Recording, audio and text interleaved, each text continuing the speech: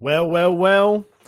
The game is over, as we know. I thought I'd come on a bit later and give you my brief review on the game. We've been beaten by Man City earlier on today. I've had time to dissect the result, really. And I'm going to give you my thoughts on it. I've also put in the chat the opportunity for anyone to come on.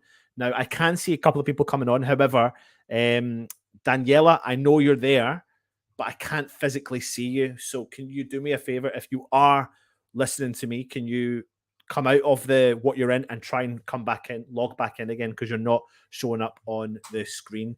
But yeah, listen, it wasn't a great day at the office. It's the first game of the season, and we were beaten 2-0 by the reigning champions of England. And I spoke to my mate who was at the game. He phoned me straight after. He's a former professional footballer. So he's got really good inside, not inside knowledge of West Ham, but just inside knowledge of football. And we always have a good chin wag after every game, and he gives me his kind of neutral stance. He's a West Ham fan, but he kind of gives me a footballing stance on the game, and he completely agreed with me when I dissected it and said that it was a completely dominant, absolutely dominant display by Man City.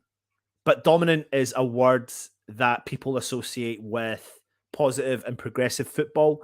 And it wasn't like that. It was actually a dominant, dull, boring result for Man City. Yes, they got the result. Yes, they got the 3 points. But they had to resort to tactics that I don't really see a lot when it comes to Man City.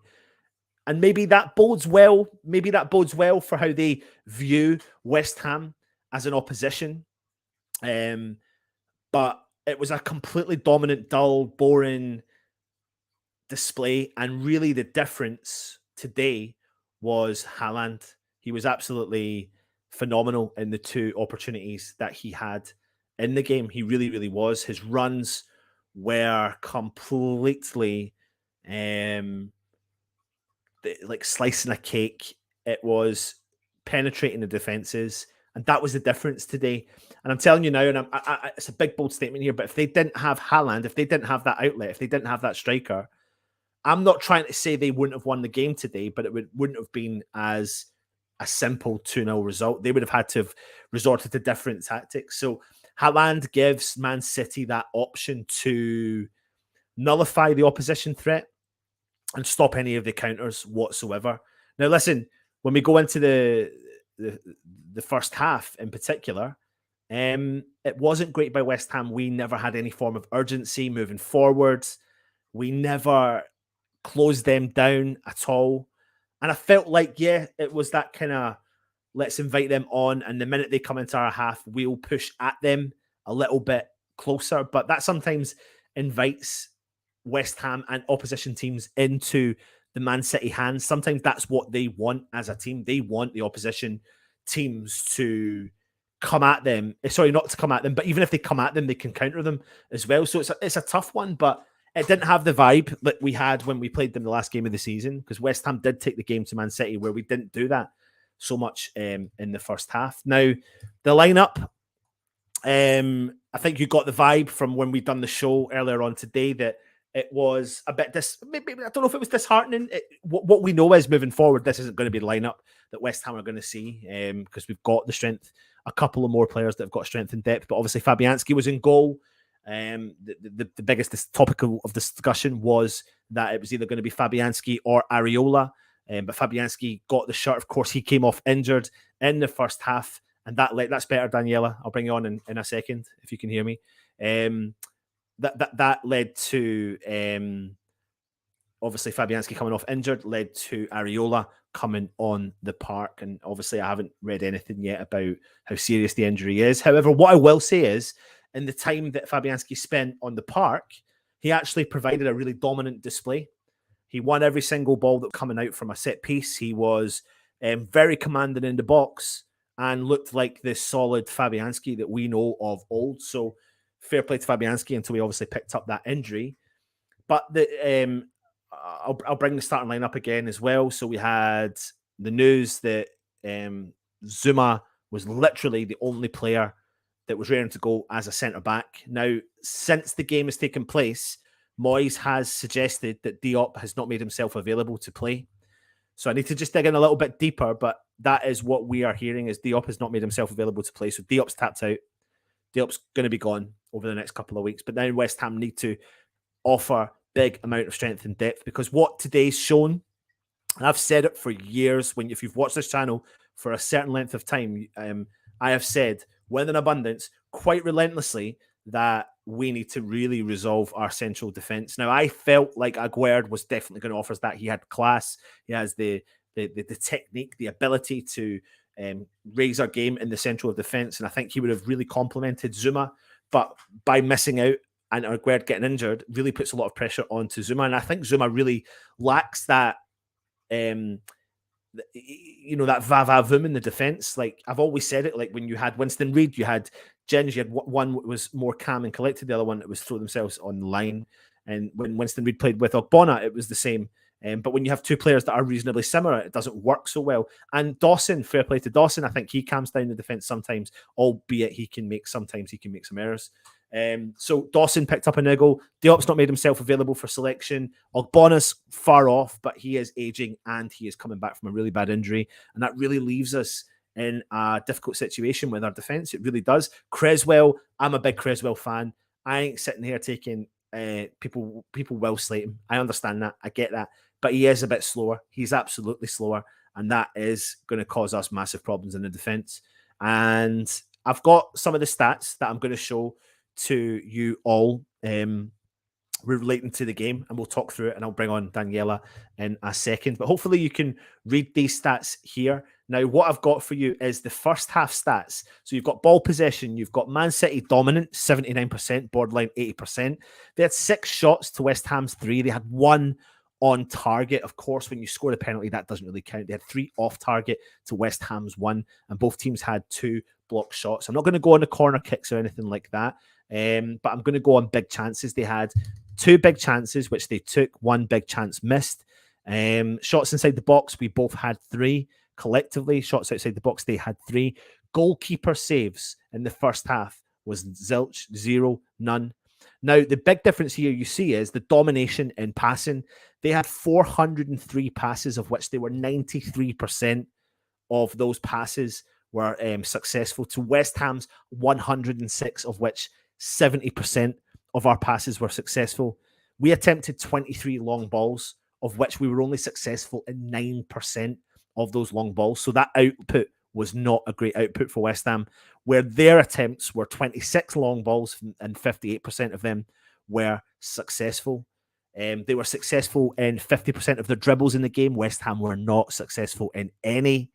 And that it just makes for really interesting reading. Now, the second half, a slightly different picture. Not as much, but slightly different. We progressed ever so slightly. We made a few substitutions, but if you look at the second half here, our ball possession was a little bit higher, but I think the difference there was that we had Scamacca come on the park. He could hold up the play a little bit more, all that sort of stuff. We had more attempts at goal, as did Manchester City.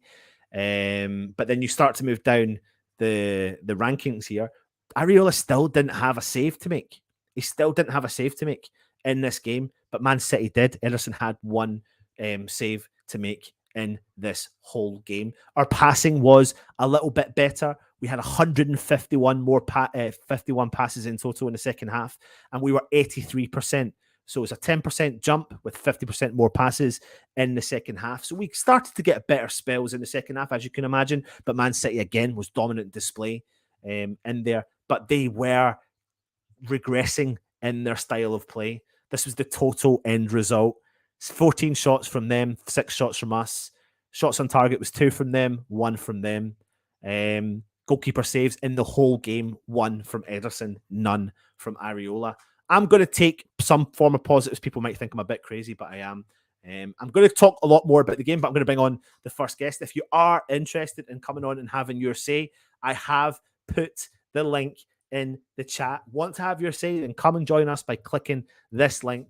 So if you go right back up to the chat, you will see it. I'll put the link in again as well. But I'm going to bring Daniela in just now. Daniela, how are you? Are you keeping well?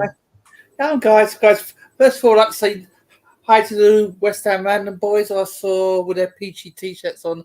I saw at the fan club. Oh, brilliant. Hi Excellent. guys. I saw them. Yes, I watched the first half. This stat business. Well, first of all, I'm going to say this. Yes, the result wasn't nice. The performance wasn't great, but I'm not going to throw my toys out the pram. It's one of those things. It wasn't nice. I would have liked a better performance, would have liked the result, but I'm not going to get too stressed about it. It's one of those things. We move on. I think next week's a bigger game for us. I think next week is a game we really have to show up on.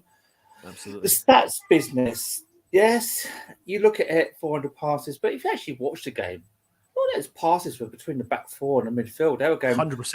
back and forth, back and forth, back and forth. So yeah. If you just pass it in your own half, you're gonna. And it's successful pass. Well, yeah, if it's 4 foot between two players, and they were doing lovely one-touch football. Yeah, one-touch football, but two shots on target.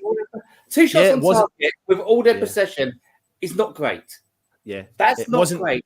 No, it wasn't, and it wasn't progressive, Daniela. That's what I was trying to say. So again, I don't want people to think that I'm trying to find any form of excuse. Not a great result by West Ham, but it's not. It's a dominant. The only way I can describe this is a dominant, dull victory.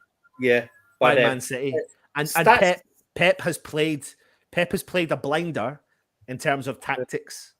Yeah, well, listen, stats. You can read stats any way you like, and I've come to think about it. Over the last 2 days, I've looked at all these stats, and everyone's talking about possession. Everyone's whatever to show you, whether it's Man United, they all talk about this player can do this possession, this player can pass this much, this player can control.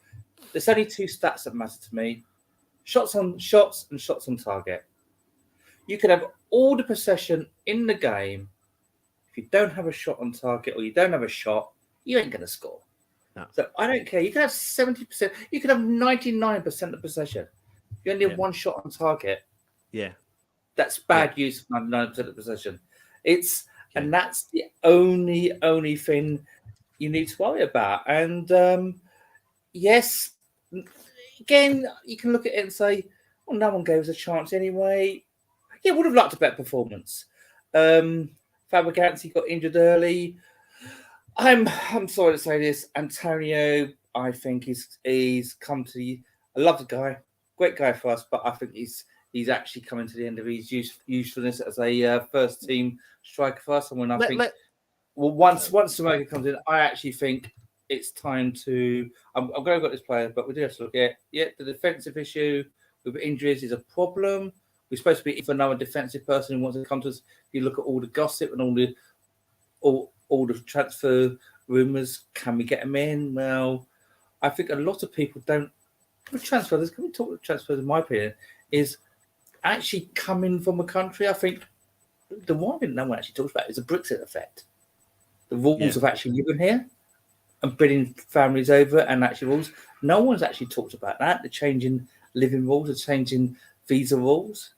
I don't know if don't know. Has that affected football transfers? Brexit has that actually invented the transfer rules and visas and how many support they can bring over? Yeah, I don't know.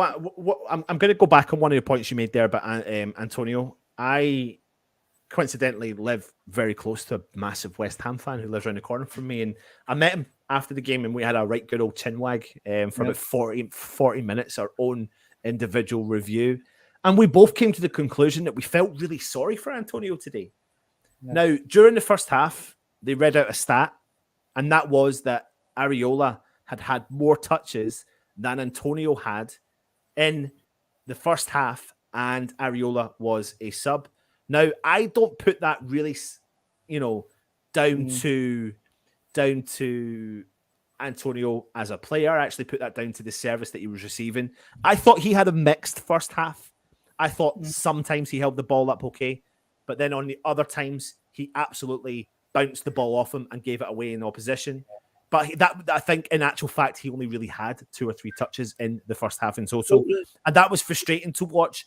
And I felt like the change, and if we switch this to a slightly positive, the change that we made in bringing Scamacca on nice and early, he did look like he gave us something positive to look at, didn't he? Yeah, it did. Well, yeah, it looked like. I must admit, I never watched it from there. I had to go. I had to stop watching the game. I had to go somewhere, and I missed that. But I do actually think we started buzzing in the first 10 minutes. We had some chances in the first 10 minutes, and I think we was really buzzing. He's still there, and Yeah. and it was that sort of jump he did. After that jump, and it was just after the Awalola come off, and then Antonio made that jump in the middle of the field, and he sort of landed awkwardly, and it's sort of like I think he'd done his knee in, and stuff like that. And I just he looked a bit gingerly after that, didn't he? Yeah, he looks a bit gingerly in that. But I must admit, yeah, okay, 2-0. The way we played and 2-0 wasn't. They didn't actually rip us apart. And like you say, like to have all that possession and only have eight shots and only have 2 on target, which was 2 goals. I don't know. It's not that impressive. It's not, and I think it's. Yeah, and I feel like sorry, just to interrupt you. There's people actually trying to come in, and I can see people in the background in the green room. However, no, don't worry, Daniel, stay there. But there's a problem. I can't see you, and I can tell the audio isn't working. So if you are there, click out and click back in, Mr. Dalek. Click back out and click back in. But Daniela, I think when it comes to the game, if you didn't watch the game and you look at it as an outsider, you'll see the stats and you'll go dominant display. Absolutely. It was a dominant, nullifying, boring. Yeah. Like I can't see any excitement in their game because it's one point when I was doing the commentating, I kept saying, Grealish has got the ball. He's got no option. He's going to pass it back. Aki's got the ball. He's got no option. He's going to pass it back. It's very basic football stuff. It's very, very basic. I remember watching last season, not the season before, the City Chelsea semi-final, and I got a Chelsea friend, and it's when they're in the final, and I thought that was the most boring game of football. The most boring game. It was the weekend of the Super League came out. Yeah, the manager looked like they knew it was happening because you could see in their faces was there something going on. It was the dullest game of football on the planet. There's only one more game. There's only one game I've seen duller was that, and then I went to see a Norwich v QPR back in the 90s, and that was dull. I mean, me and mate come out that we wish we was continued painting the house. Yeah, that's how dull that game was. I think, but again, though, I have to also be mindful because people will go, "Don't take credit away from Man City." I know I'm not taking credit away from Man City. I'm just saying it wasn't the most exciting, electrifying performance. It wasn't a Guardiola performance. It was. Do you know what it was? It was a nervy Man City Guardiola seeing results this week. Going, Man United have just got beat. Liverpool just drew. Anything goes. And what we can't do is slip up on the first eggshell. And we didn't do that great against West Ham. So what we need to do is make tactics with tactics. And what we're going to do is we're going to hold on to that ball and we're going to invite West Ham. And we're going to pick that little pocket anytime it happens. And it only took it twice to happen. And the only player that really made that difference, respectfully to Man City, was Haaland. Because Daniela, his runs were very, very 1970s target man. That penalty, I felt sorry for Haaland. That penalty was stonewall. I think if Haaland had started that game, I think he would have got sent off for that. Yeah. The fact that he was a substitute goalkeeper saved him from getting sent off. I think the referee just said fine penalty, walked away. Didn't actually say any protests. But I actually think if Areola started the game, he would have been sent off for that. Yeah. That would have been a red. Yeah. Keep your comments coming in and let me know your opinion on what myself and Daniela have said. Daniela, we've got to move on. I'm going to keep going on through the review, but before you go, we've got to move on. We've got a big game against Nottingham Forest next week. Yeah. I'd love to go there.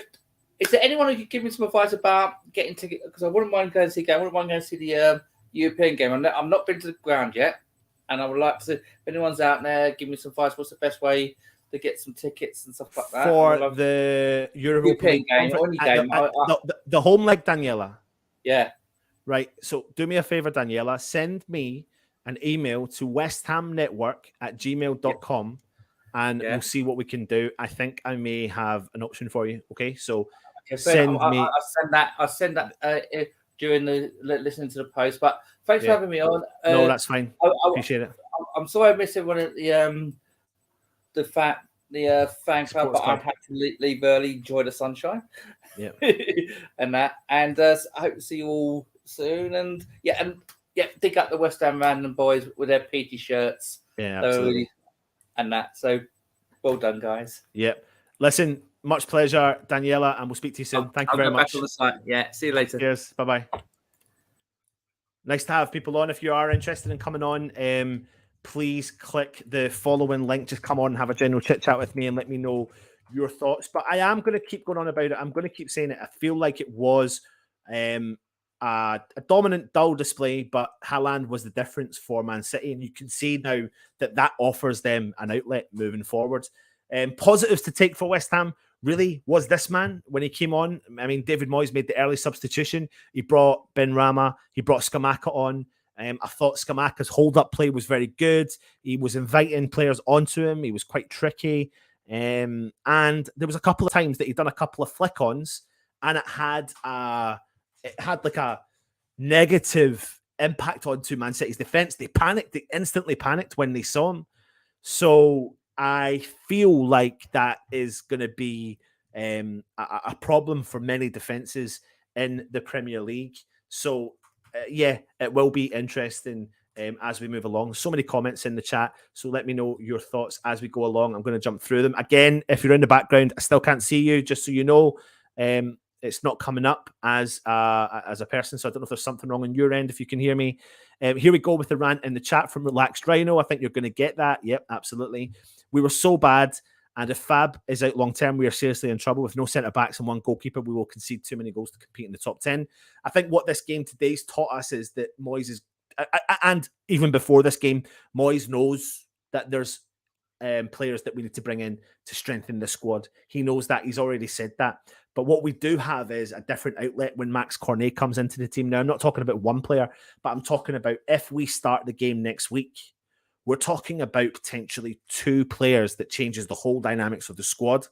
They really do. If you've got, say, Max Cornet playing in at the left-back position or left wing-back position as a very fast, pacey winger, then you've got Antonio in front of him. That's going to cause a lot of teams problems. Scamacca up top, and then that's going to cause teams a lot of problems. Now, you have to be brutally honest here. Lanzini was missing from the game. Ben Rama was missing from the game.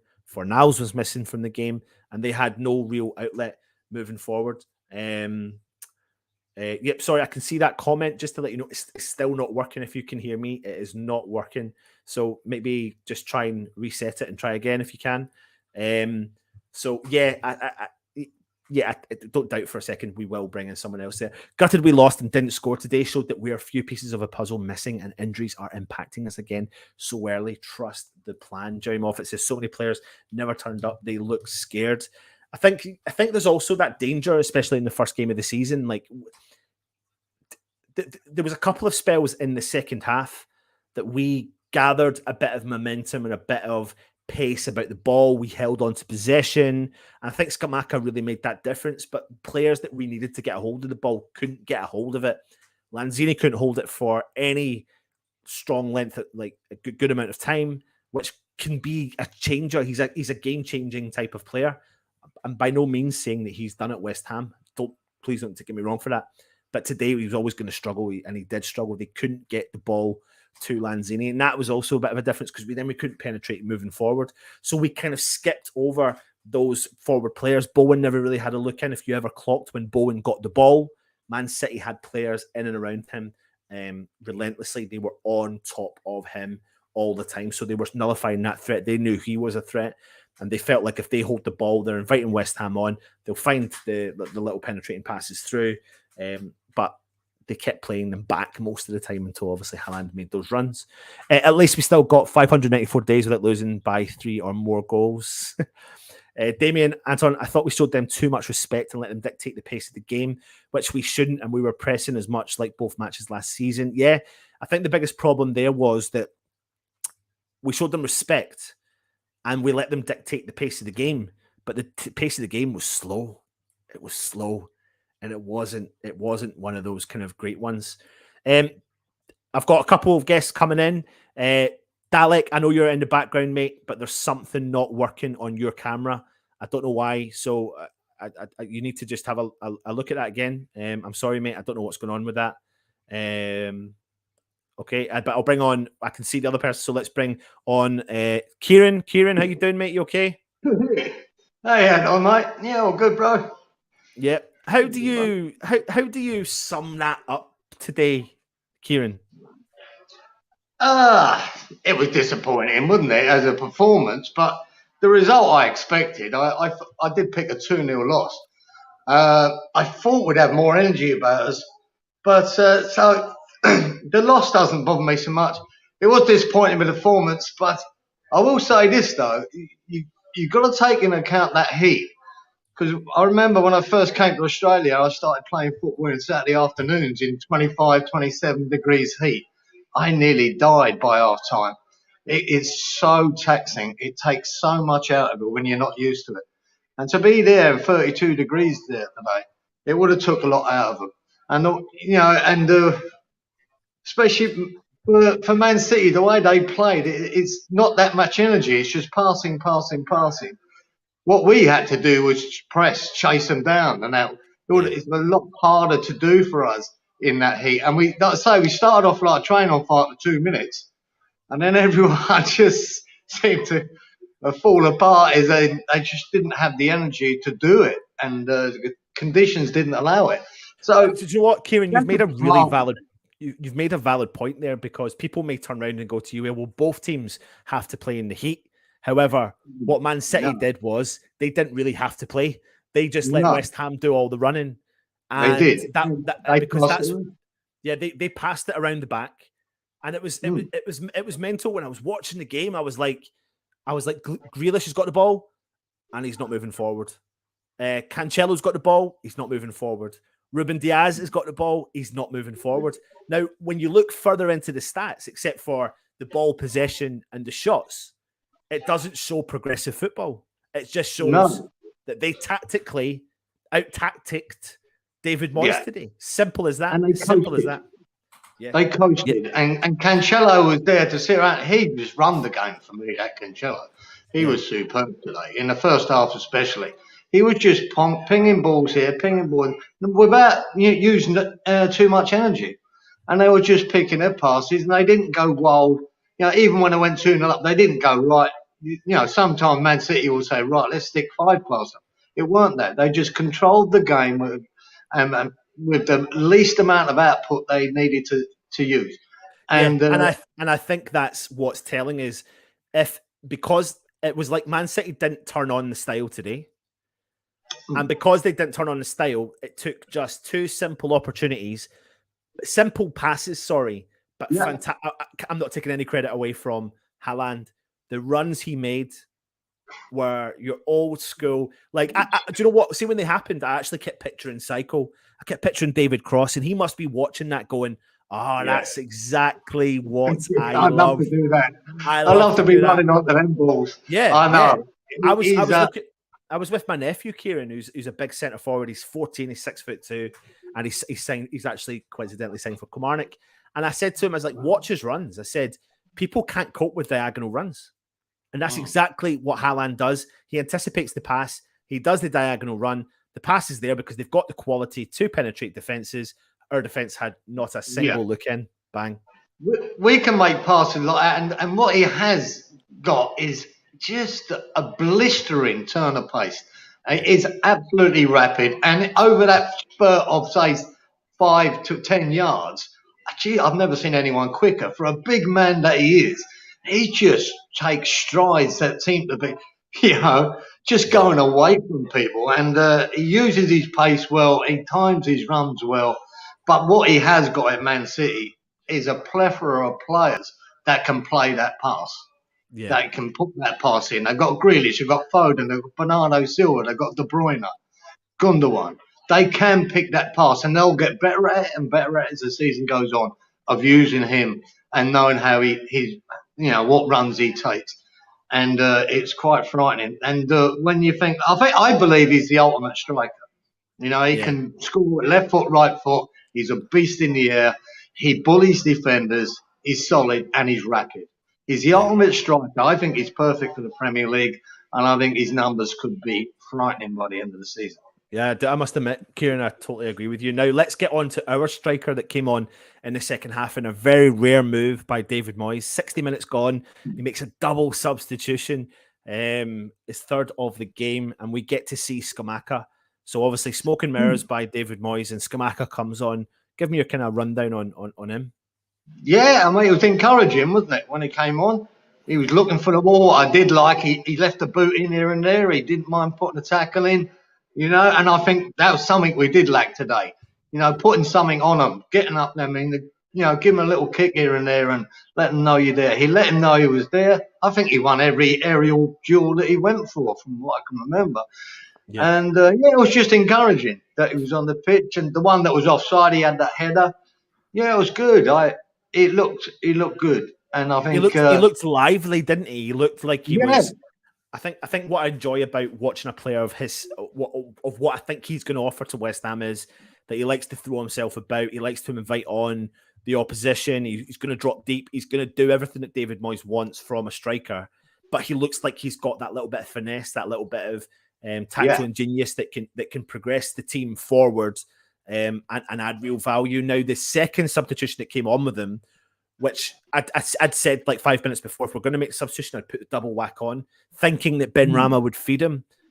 I don't know what is going on, mate, and I don't want to judge him too early again, but he can't. He didn't really do anything, mate, in the second half at all, really, did he, Benny? Well, I will judge him too early because I'd sort of given up with him by the end of last season. I don't believe Ben Rama can be any good for us in the West Ham team. He just does not deliver. He looks lively. He makes a couple of good touches here and there. I mean, he got a shot on target. We'll give him that, but it was fairly passive. But his delivery is not good enough. It's he doesn't clear the first man. It's always disappointing. And I always feel that he's come on there. And I wanted him to come on. I wanted him to come on and do something, and, make something happen. Not that I expected too much, but he disappointed me again. And I went, well, it's the same old. So, yeah. Look, you're back in, mate. You've been listening to us. You getting tired? Yeah.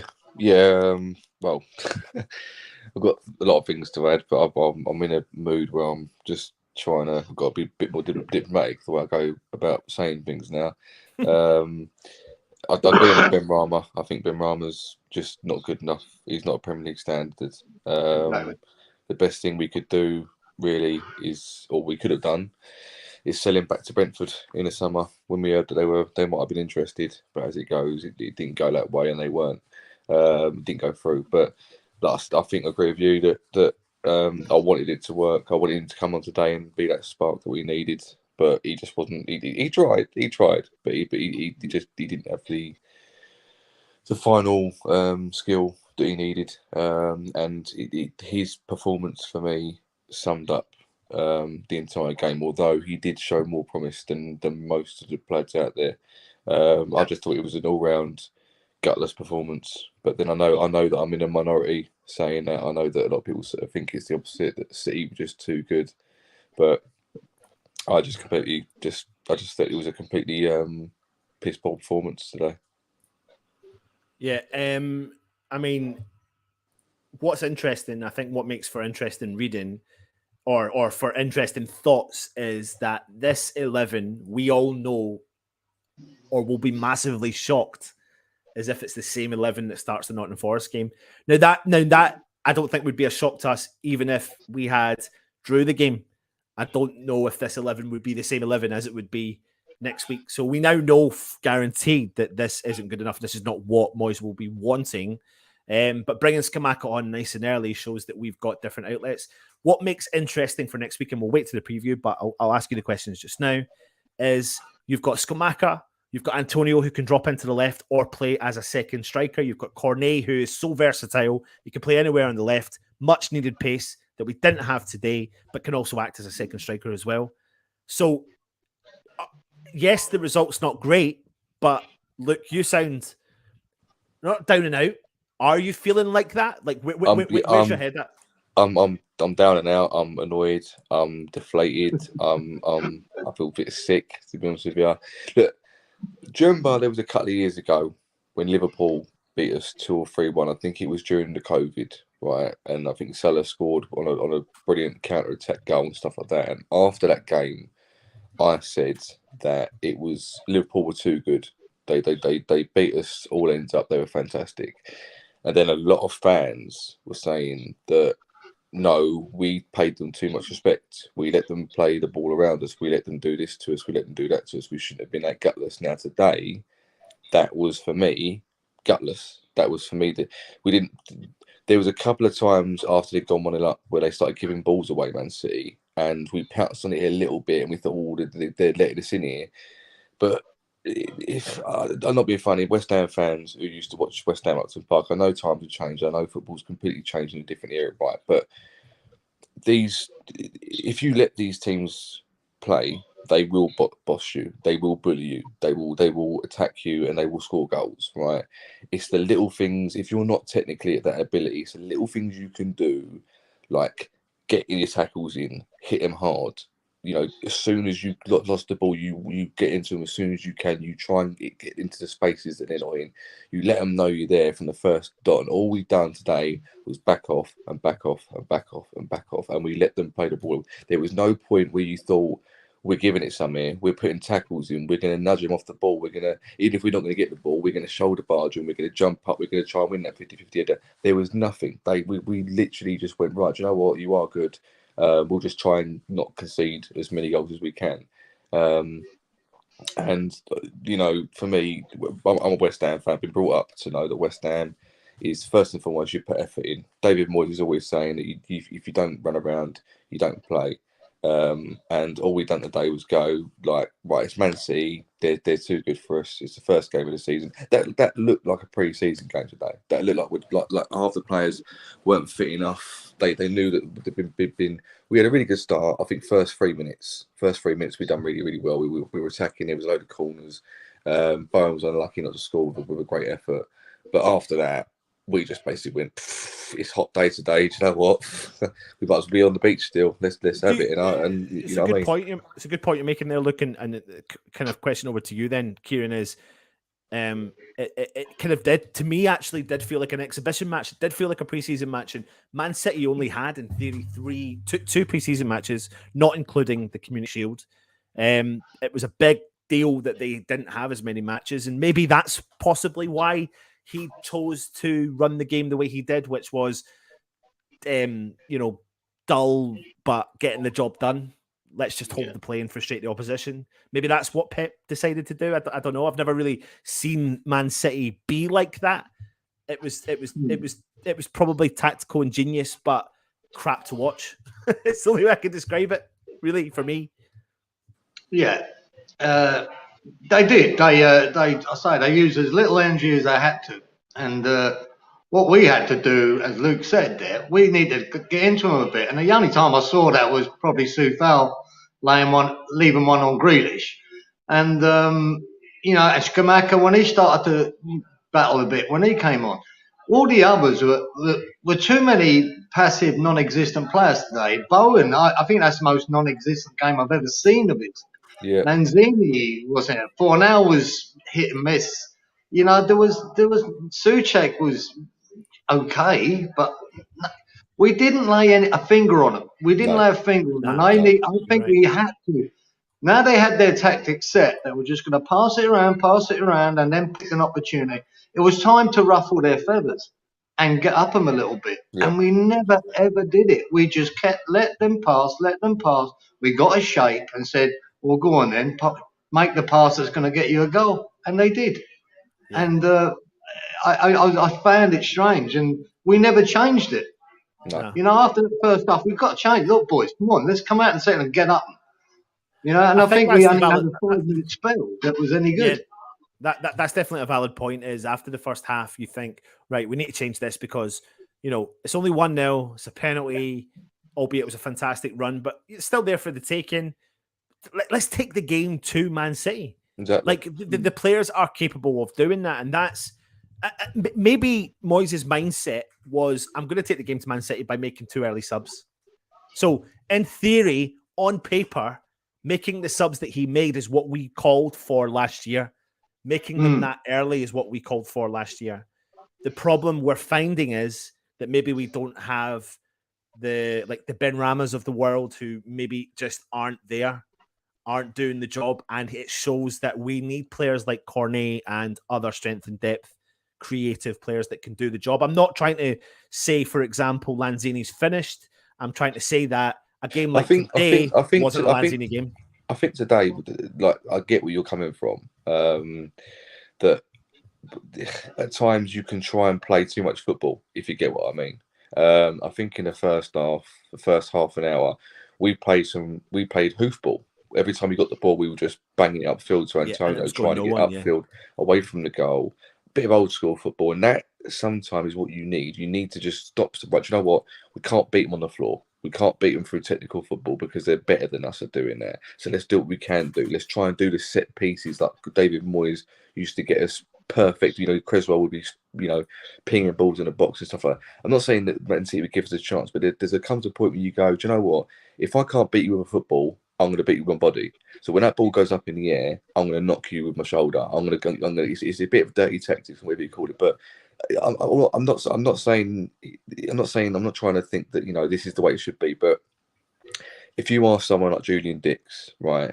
If someone said to Julian Dix, the bloke on the wing is better at football than you, what are you going to do the first 5 minutes? He'd go, right, first 5 seconds, I'm kicking him up in the air. It's not a nice mentality, but if you go to Grealish, Safal hits you in the first second, if Creswell hits the right winger for Man City in the first 5 minutes, he isn't going to want to know. Someone hits Haaland, you get Zuma up in the air, bang, it's Haaland in his shoulder. Suddenly he thinks, oh, I'm in the Premier League now. I'm not, this ain't going to be very easy for me. Just something to not, just something to go, do you know what? You're not going to have it all your own way. You want to beat us on the floor, fine. Go. Yeah. I'd have rather lost 5-0 today, giving it a go, than just sit there and watch that tepid. Of 60,000 fans watching that was honestly, I didn't go to that. I'm glad I didn't go, because even tactically with that, Luke, it isn't just West Ham that need it. Man City did do that with Antonio. That Diaz was told by Pep Guardiola. He knew from the last game we played him that Antonio was our outlet to receive the ball, spin, turn, and run at him. And that Diaz was up his clacker every time he got a ball. He hit him about 3 times, didn't he? He hit him about 3 times. And he's happy to give the free kick away because it's right up there near the halfway line. And Pep Guardiola, that would have been his tactics. Hit him, make sure he can't play.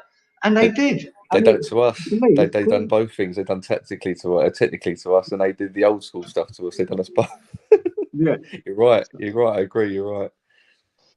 I'm just getting you some interesting stats now in relation to Antonio's game and Scamacca's game.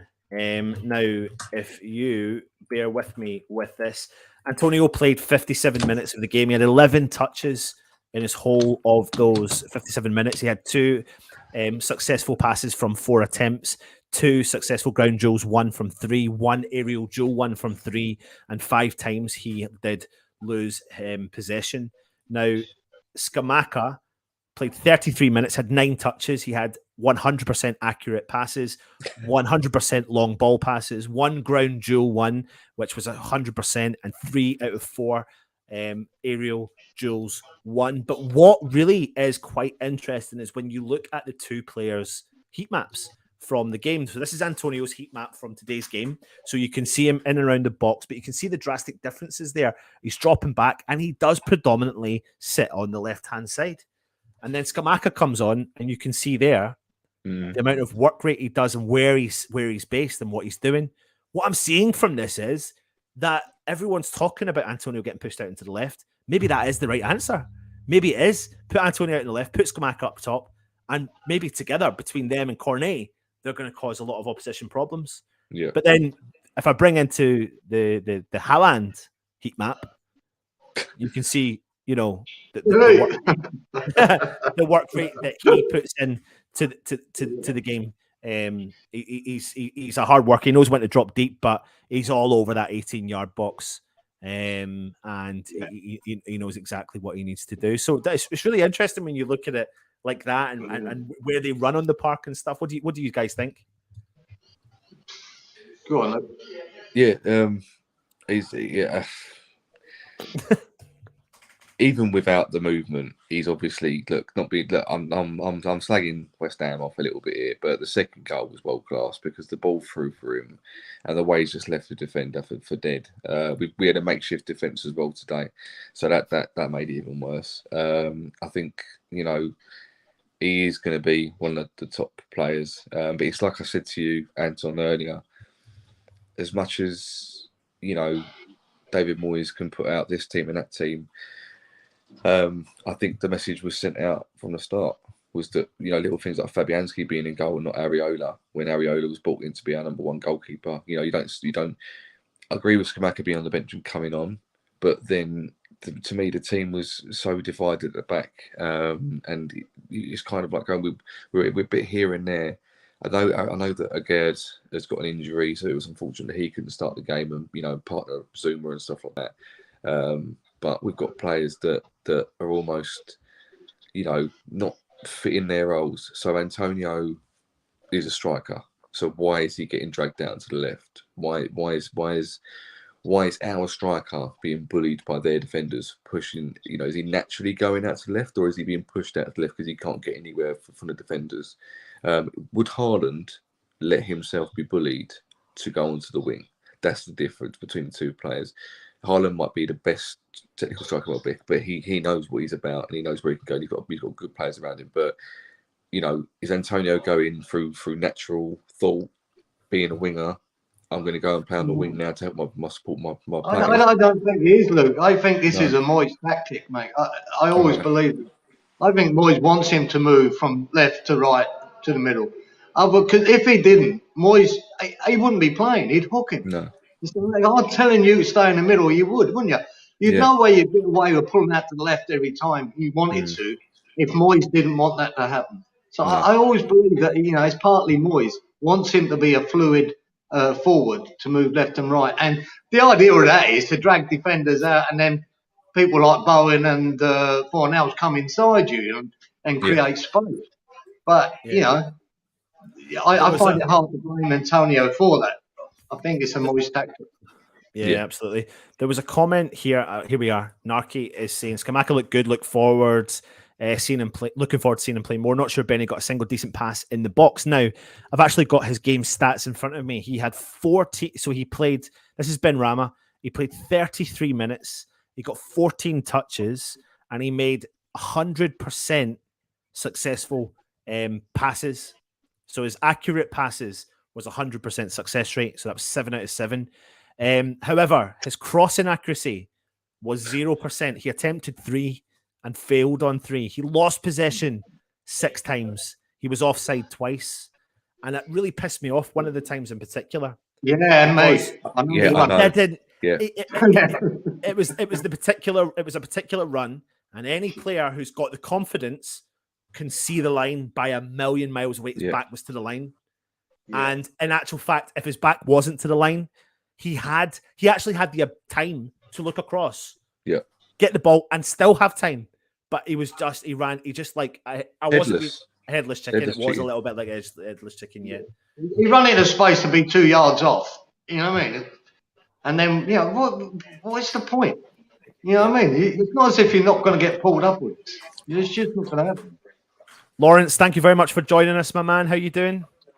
Doing well, my friend. How's everything going? Yeah, hey, Lawrence. Thank you very much. We're just dissecting the game as you've seen, and you've been putting the comments in as well. So, I've just spoken a little bit about Ben Rama. I've spoken about his stats. Stats is easy for me to sit here and say this and say that, but equally though, when you look at individual stats and see what they do, he lost possession 6 times. He can pass the ball 14 times and be successful in doing that. But if you lose possession down that left-hand side, you're giving Manchester City, the opposition, the opportunity to come forward at you again or to dictate the game like they do again. And you can't really afford that, can you, Lawrence? No, for sure. And I saw Ben Rama. He really When he came on, he had the energy. The problem with Benny is that once he gets to a big defender, left side or whatever, he gets pushed over.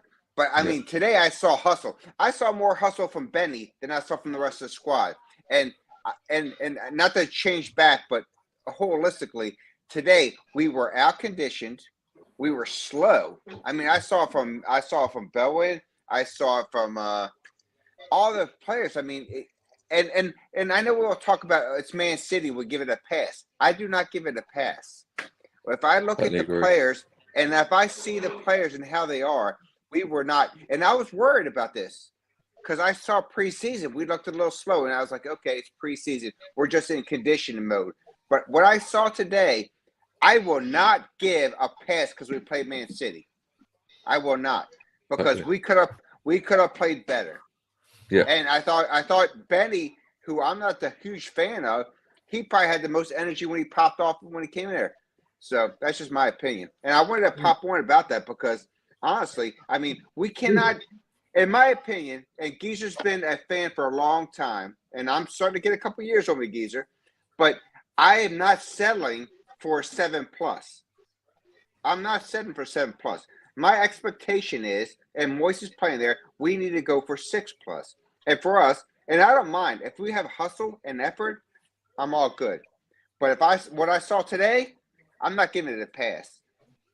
I felt sorry. I will go back to the kind of Antonio situation because it's particularly in the first half. I did feel sorry for him because the outlet wasn't there for him. You know, they skipped.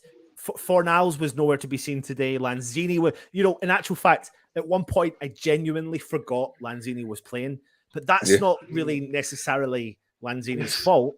It was the tactics that Guardiola did to West Ham today. Like, honestly, the way I described it was Guardiola out-tacticked David Moyes today. Simple as that. Moyes didn't expect that. I know that's true. I agree with that. I think Moyes expected the Man City that we got last year, and I think Man City expected us to do what we did last year. So that's why they did what they did. Was we're going to slow you down, we're going to nullify all your threats, and we're going to miss out your midfield. And all we're doing is we're going to wait because we've got a new outlet. The new outlet is Haaland. And he creates something different for us. And he drops deep, he collects the ball, and he makes these crazy, crazy runs. And all we need is one chance or two chances, and he'll bag them. You know, he will bag them. Definitely. Listen, moving forward though, a point I want to talk about is about Fabianski at the start of the game was very dominant. I'm not going to lie, he never spilled a single thing to my knowledge. He picked up the injury. And I spoke to a West Ham fan after the game, and he's really not confident in Areola's ability. So I'll put this question to you, Kieran. I'll move around the room, Lawrence, and then Luke, and let me know your thoughts. Kieran. I presume Fabianski will start. I just, Moyes, isn't it? You know, I know we bought this keeper. Newcastle bought Pope. True, Geezer. But I thought he would start, but Fabianski hasn't done anything wrong to be dropped, if you like. And and I thought the time he was on, he was fine. I didn't have a problem with Fabianski, you know. The only thing that always, I just laugh at it now. When Fabianski does collect that ball from across, he runs to the edge of the area, stops, and waits for everyone to get back in position. Then he decides to give it up to Zuma or whatever. And I find that frustrating. But, if he hasn't got an outlet, he can't. But that, to me, makes him. I'd like to see him use that ball from that situation and start that. He should be the guy starting the counter attack. But he needs the outlet. Whether people were showing for him, I don't know.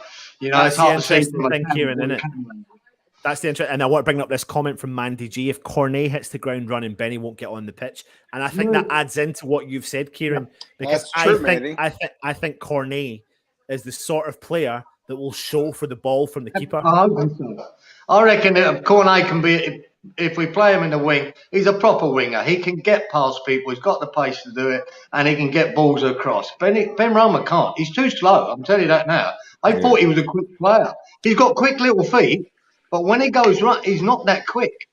And he's just disappointing. I'd be looking at selling Benrahma now. and use that money to bring another player in, whether it's another left back. That's what I would be thinking, because I think now Cornet's here, I doubt he'll get much of a look in anyway. Yeah. Lawrence, over to you. On the Fambinski thing, I think he got hurt early, so it's hard to really say could he have done that. On that penalty that Sorry, Lawrence, can I interrupt you, my boy? Anon and Luke, Lawrence, I've got to go because I've got to pop round my mate's house, do some work. Kieran, much pleasure, mate. Thank you for joining us, mate. Take it easy.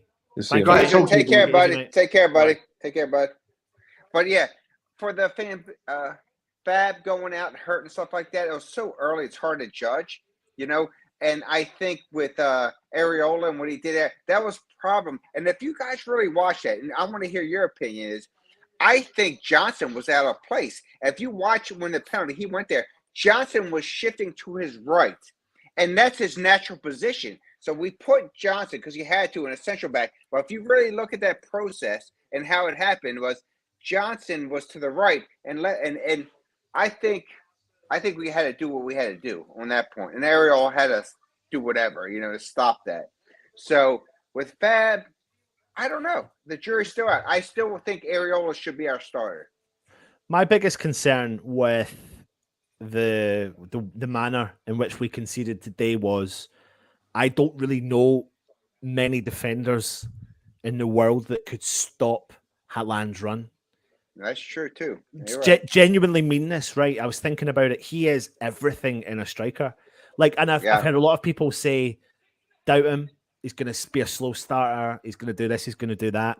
But he literally looks like he's got absolutely everything. Left foot, right foot, header, pace, strength, technical ability, and confidence galore. And it's the runs. It's purely down to the runs today. Is what won Man City that game, because Gundogan can pass that ball through and no one else makes that run. And borderline, you know, Haaland is a dynamite. His diagonal runs are ridiculous and no one can cope with them. I think the only West Ham player that had the ability to potentially cope with that, and it wouldn't be that he would have stopped the ball, it would have been his pace trying to stop Haaland, because I think Haaland would have got through. No, would have been Aguerd. Because Aguerd's fast. So I don't think anyone would have physically stopped the ball going through. I think it would be relying on someone's pace to track back and try and tackle. Now, the problem we've got is we don't have pace in the back because Aguerd's injured, and we've got a lot of, an aging defense, and it shows.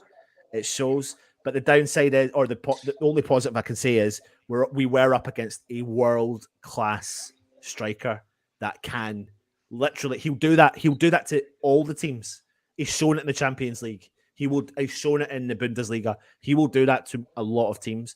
And after seeing him today just do his 2 simple runs to him, simple, I honestly could see him getting ridiculous figures in the Premier League. I really can. I agree. But Anton, I want to say one thing, please. And I've listened to a lot of the West Ham chats, and I'm a big fan, is that I am tired of us saying it's okay to lose to these guys. Yeah, no. Because if we're going to have a mindset to be 6-5-4, it's not acceptable to lose to anyone, period. And I agree with what you're saying there with him, but there was chances that we could have stopped that. I mean, honestly, in my opinion, before the penalty went down with Areola, Johnson could have stopped that. And for the second goal, the same thing, that we could have stopped that. So I'm with it, and I agree with you. But for me, for us as a West Ham family, we cannot accept that. We need to move on. And I thought today, and my last statement, and I want to hear you guys, is I thought today we were out-conditioned. We were not conditioned. I saw slow, lethargic players out there. And please correct me if I'm wrong. Well, go for it. Look, you answer. No, well, I think Lawrence come in after I ranted for about 5 minutes about. I'm sorry I missed it. Sorry, buddy. Yeah, I've been saying it all day since it's been. We let them play well, so I know that they're technically a much better team than us. But if you're not going to beat a team with the ball, you got to beat them with your body. So little things like Exactly. Thank you. Yeah. first 5 minutes, first 5 seconds, if you let them know you're there, you make a strong tackle, you hit them hard in the air, you close them down. The minute they get the ball, you close them down, you shift them, you make them make the pass. If they're going to beat you, they're going to beat you. Fair enough, but at least you got there with some pride and some passion. And it's like I made the point a little bit earlier. I don't know if you were here, but Julian Dix was asked, "What would you do if you come across a winger that was better than you?" And he'd say, "I'll just kick him into the chicken run." if you're going to beat me with the ball, I'll beat you with my tackles. So it's funny you say that because at one point in the game, you could see the frustration in Declan Rice, and he made a couple of meaty tackles. They were all really well connected tackles as well. And then I don't know if you've had a chance to watch the Mark Noble documentary yet. I've watched half of it. But they talk about a game that he played against Tottenham when they just signed Edgar Davids. And Mark Noble was like, "I'm going for you, Edgar." Yeah. And he went for him and he put him on his bum. And he was like, and that was him recognizing the fact that, do you know what, I'm here. And that's probably what we lack today, was that grit, that determination, that fight. Exactly. Yeah. I'm wondering if it's a changing room thing, because David Moyes, when he first turned up, is all mentality wise. It's like, if you don't run, you don't play and stuff like that. And I'm just wondering if he's gone into that dressing room without a Mark Noble there and has just gone, right, this team's better than us. Let's just try and hit them on a break and play our game. Whereas you've got to really, you got to vamp up the soldiers. You're about to go into war. You're in the trenches together. Exactly. Yeah. I agree, buddy. I agree. I do genuinely think that Moyes didn't anticipate. I'm not trying to find excuses, but I don't think he anticipated injuries. I don't think he anticipated the Diop situation. I don't think he anticipated that. And maybe he wanted signing ins a bit earlier. And I kind of agree with what Kent is saying here. It's simple. We need 3 to 5 players in, and we can't carry 4 to 5 injuries in a squad. Square pegs and round holes at back. We move on to next week as a massive game to kickstart the season. And I think it is like, we could be here next week and we could be won the game against Nottingham Forest. Fingers crossed we do. Fingers crossed it's not the banana skin. And if we do, we could look back we could look back at the game this week and go, do you know what? I'm glad that maybe we shook off the cobwebs. We got that situation out. That's the kind of only way I kind of justify the result today. I'd never justify it, but the only way I can even remotely start to accept it is if we change up and dramatically change next week. One thing I will point out is, I think with both the goals, with the runs, right, Johnson switches off. His concentration goes for the run for Haaland for the first goal, right? But Zuma is becoming lazy for me. I think he's not. Totally agree. He's not watching these runs. He's meant to be an experienced international defender, and he's almost like he gives up before his partner gives up. And look, I said this several times last year, though, to you, if you don't remember it.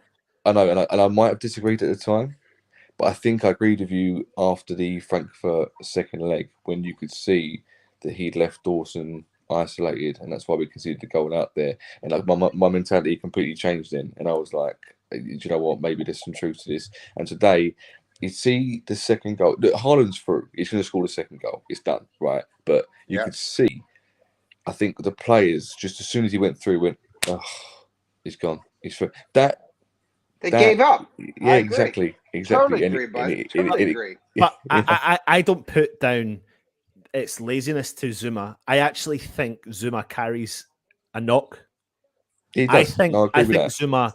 I think the concern about Zuma, and this is why I think we're concerned about our defense, is I think that just bringing in Aguerd is not enough for the central defense. Agree. So I think even if they were all fit, I still think Moyes is looking at the future and thinking, who else can I bring in? Because obviously, we'll park Ogbonna. We're going to park Diop. Dawson. We're going to park Dawson in a respectful manner. We're going to park Dawson. I'm talking about the future. I think when he brought Zuma in, he was going to be one of the main central defenders, but he needs another complementary defender, not someone who's a bit part defender. He can't play with that bit part defender. He needs complementary, and Aguerd potentially was going to be that guy, but they still didn't have the strength and depth to cover what they need. So they need to bring that depth in order to give West Ham that chance to move forward, you know? Sorry, Lawrence, But go for it. no, my friend, and you're totally right. And I want to hear your perspective. I would not been angry if we lost to a championship team like Man City. If I saw the hustle and the desire in each player out there, giving it everything they have, and if we can actually say it, and you're right, we need help. But I did not see the desire, the passion, and the fortitude on our first game in our home place. I just didn't see it. And please tell me if I'm wrong. And in the chat, tell me if I'm wrong. But I just didn't see that. I watched this match every minute, and I just like, step it up, boys. Step it up, mates. And they didn't do it. And that's what I'm saying. So it could be lack of talent, but you can never be out hustled if you're hustling your butt off. So that's something I did not see of. I was looking for hustle, and I didn't see it. It was like we were still on preseason for me. That's just exactly. Pre-season vibes. And I was worried about that because preseason we looked kind of skittish anyway. But I'll let that pass because we're getting into fitness. Now it's the first match. Granted, we're playing the best, the champ from last year. But golly, I just, I didn't see the. If I am and this is just my perspective. If I am someone that's playing the top team and I'm hungry like a wolf. If I'm hungry, I want to be attacking that team and giving my damage. And if we get burned a couple of goals and I saw that they were busting their butts, then I'm going to let it go. But I just didn't see it. Apparently, Matt, who was in the group chat earlier, said that the stadium clapped the players at the end of the game, and I'm just wondering if I am actually a big person. I'm a big sort of what you see on the TV when I watch the highlights after I've been to the game itself. I always get a different perspective when I'm watching the game on TV compared to when I was there. I always think, no, this look different. Why does this look different now compared to when I was in the stands? So perhaps there was something there that I haven't seen. That when I was sitting after about 60 minutes and going, this is how anyone is still. How there's so many people still in the seats. I don't know because I'd about to leave after 60 minutes because how they can watch this. This is pathetic. I get it. It must have been. It must have been okay. It must have been different. No, I don't know. I don't think it was. I really don't think it was. I think everyone did see what we all saw. I genuinely believe they did. I think the biggest thing was when you're 1-0 down, you're still in the game. When you're 2-0 down, you're still in the game. Doesn't matter. But the problem was, it wasn't like. No Manchester City fan would have looked at that game today and went, Man City played fucking brilliant. They didn't play exciting football. They did it was a simple tactical job today. It simply was non-progressive football. I can't find the stats to show the amount of forward balls or backwards balls that Man City played. But I've never in my lifetime witnessed Man City play so regressively and get a victory. The biggest thing for me today was when I went back to the panel, and you had Roy Keane, Micah Richards, and the presenter Dave Jones, I think it is, and 2 or 3 times during half time they said Man City are 1-0 up here, and they haven't even got out of first gear.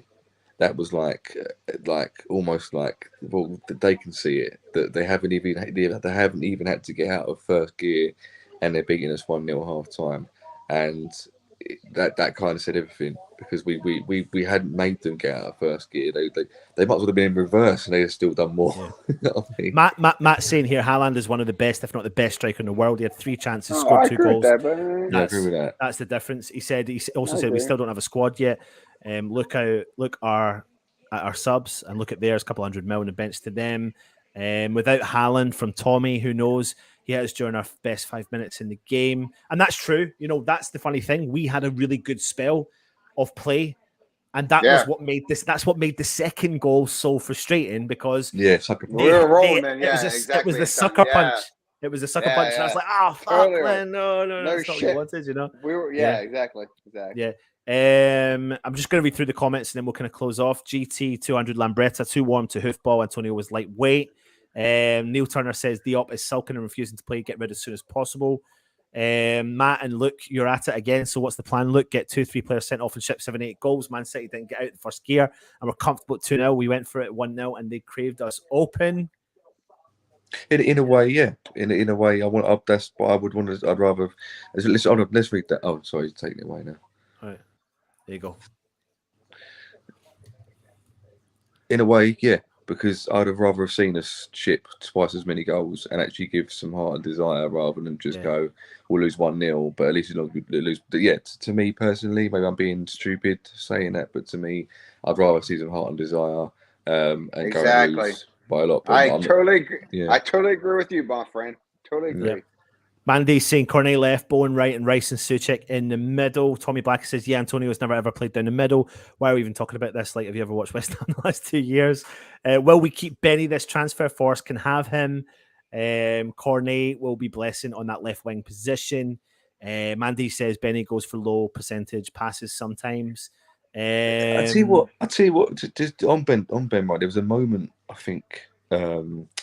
think it was either we were 2-0 down, it was 1-0 down. I can't remember who it was now, but we were playing the ball out of defence, and Benrahma got the ball, and then played it into Declan Rice, and Declan Rice gave the ball back to him, and Benrahma had about 2 or 3 players around him. Now the Benrahma that we signed was meant to be a trickster, flair player who liked to beat players and do them with skill and nutmegs it, and all he wanted to do was pass the ball. Just pass the ball, he's completely low on confidence at the minute. All he seems to want to do is get it, not beat the player, and then just pass it to someone else. Let it be someone else's problem. And I like Benrahma. He seems to be a good lad and all that sort of stuff. But there's something wrong with him in a minute because the player that we signed ain't the player. This comment is actually has come from Fabrizio Romano. He's saying that West Ham are prepared to sell both Said Benrahma and Nicolas Vlasic in the next days. I heard that. So that is something else that's happening. On top of that, just something very random, but apparently Manchester United have made an opening bid. Are you ready for this one? Arnautovic. What? Apparently. No, yeah. But listen, I'm just going to jump through the rest of the comments because I do need to head. You have to give us this pass for Man City. They've just signed 1 or 2 most promising strikers in the world of football, top of winning the league 2 years in a row. Terry Fabianski is safe, calm, and better with Areola for me right now. Might change in the future, but for now he has to start. Scott says Fab looks good prior to injury, but Areola is better at everything. End of period. Mandy says Dawson would have ate Haaland for breakfast. Yeah. I hope. That's what I was thinking. Yeah, Dawson would be too slow. Rice could stop him if we lose him in mid. What is it with French players refusing to play?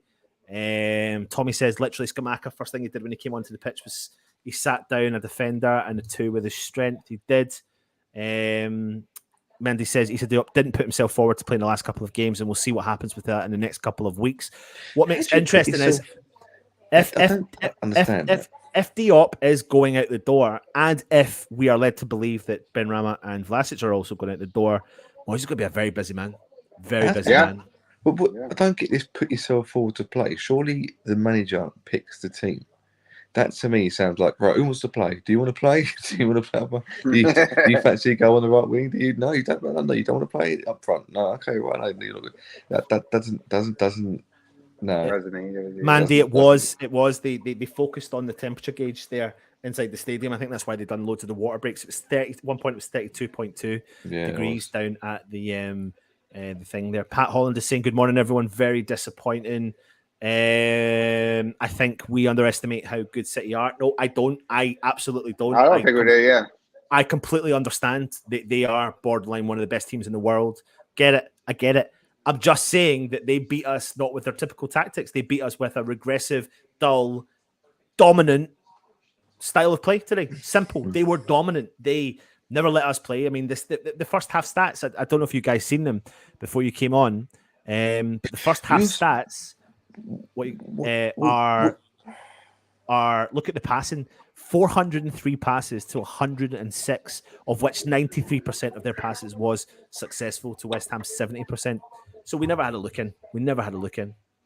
I get that, but I think you're slightly contradicting yourself because you're sort of saying on one hand that you understand that City are good, but we shouldn't just say they're good, so they're going to beat us. But on the other hand, you're going, but they did out tactic us. So they did. I don't think. I think I'm saying that they were dominant. Yeah, but we let them be dominant. If you know what I mean. Yeah. No. Yes. Yeah. I definitely agree with that. Right. They were dominant in their display by playing regressive football by default, by inviting West Ham to counter. No, sorry, to what's the word I'm looking for? To press. I know defense. what you're saying. We didn't press the defense, so they just played their aggressive style, waited for the opportunity to break the lines, broke the lines. Haaland done the job. Now the other thing is, when we broke the lines, they countered and scored. So that's the Man City we've got. We're playing a team that I know what you're saying. But the truth is, we played a team that can do anything really, and Haaland offers that opportunity. Now he changes it up for them. I'm not saying we can't beat them. I'm very confident at some point, if we have the right players, we can. But like you both say, progress. We would rather have progressive football, challenge their defense, concede 3 or 4, at least trying. And that's what pissed me off. Do you think, quickly then, yes or no answer, do you think that if we'd have gone with what I would have done, and probably Lawrence as well, with a bit more of a gung-ho attitude, attitude that if we'd have gone, right, we're going to have you, a bit more of a bruiser mentality, if you like, would we have got a better performance? Absolutely. Yeah. Yes. Absolutely. Absolutely. Yeah. That's what I'm saying. It was an out tactical. It was nothing else except for tactics. It was a manager's even if we had tried to be like that, we wouldn't have got anything out of it. Well, I don't know. No. But at least we just saw some passion. I didn't see passion out there on the pitch today. I did not see passion on the pitch. Like the draw between West Ham and Man City last season wasn't a manager tactician Moyes beating Pep Guardiola. It was everything. It was the players and the coach that got the draw, and Pep Guardiola's manager and coach that got the draw. Today really wasn't about the players except for Haaland, and it was about Pep Guardiola going, let's fuck West Ham over and we'll frustrate them and they won't come at us, and if they don't come at us, keep doing it, piss them off, and if they don't keep coming at us, that's what we're just going to do for the whole game. That's not a bad point. If I'm a Man City fan, I don't walk away from that. I walk away from that point going 3 points, fucking brilliant.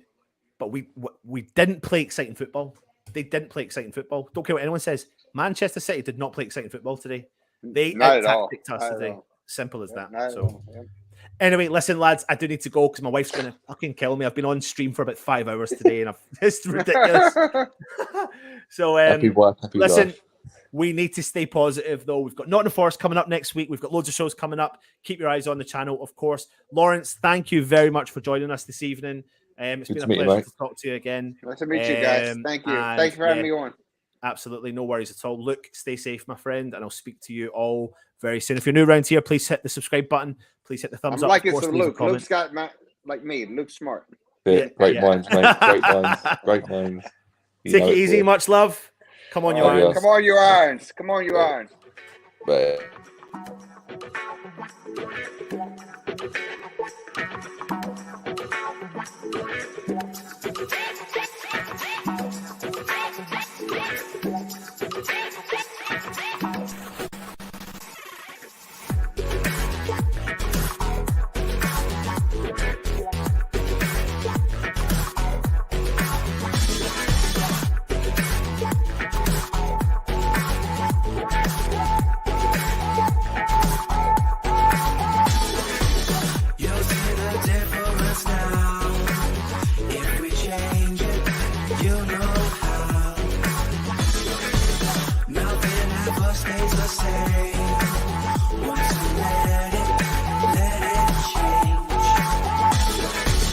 It's like a family tree.